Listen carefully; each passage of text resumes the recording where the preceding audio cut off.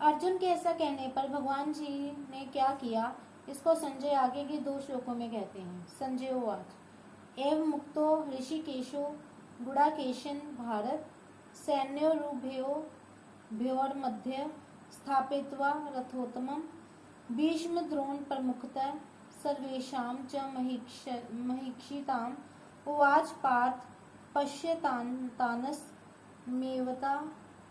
मेवतान् कुरुनिति।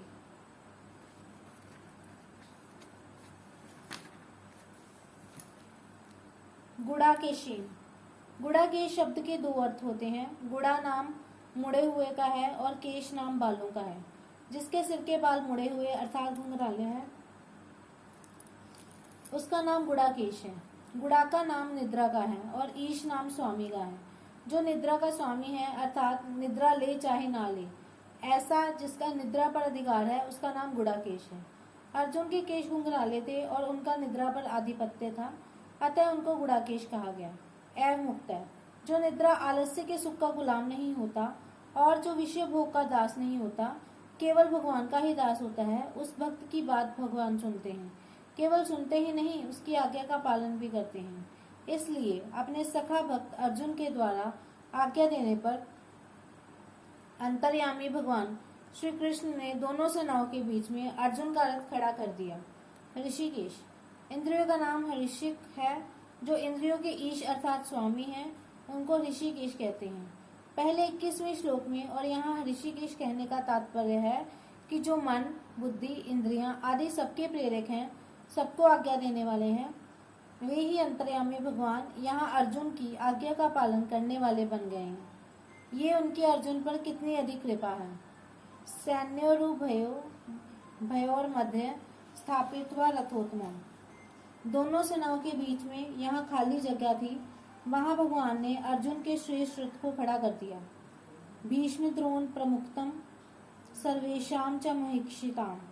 उस रथ को भी भगवान ने विलक्षण चतुराई से ऐसी जगह खड़ा किया, यहाँ से अर्जुन को कौटुंबिक संबंध वाले पितामह भीष्म, विद्या के संबंध वाले आचार्य द्रोण एवं कौरव सेना के मुख्य मुख्य राजा लोग सामने दिखाई दे सके।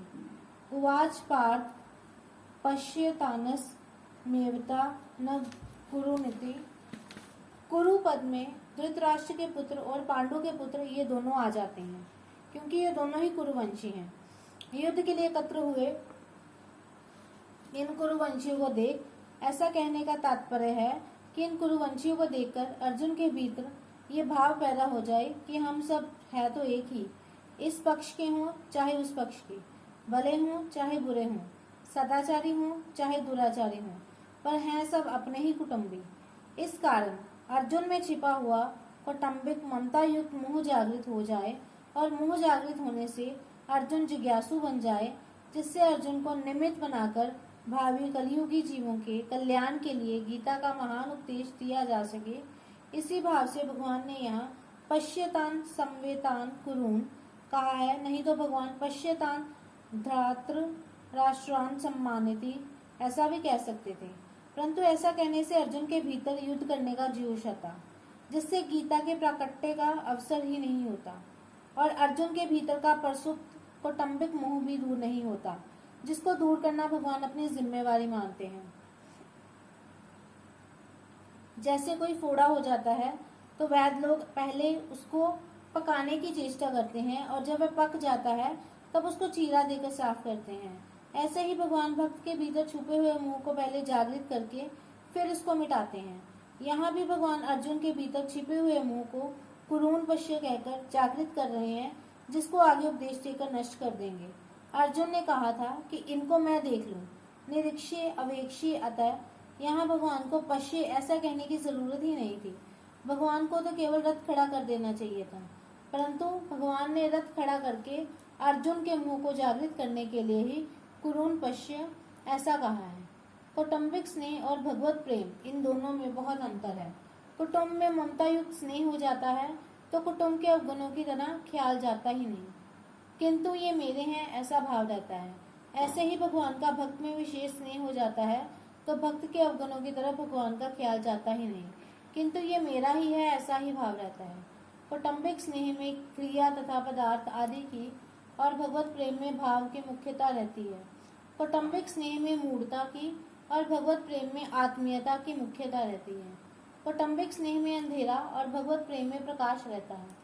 कौटुंबिक स्नेह में मनुष्य कर्तव्यच्युत हो जाता है और भगवत प्रेम में तल्लीनता के कारण कर्तव्य पालन में विस्मृति तो हो सकती है, पर भक्त कभी कर्तव्यच्युत नहीं होता। कौटुंबिक स्नेह में कुटुंबियों की और भगवत प्रेम में भगवान की प्रधानता होती है।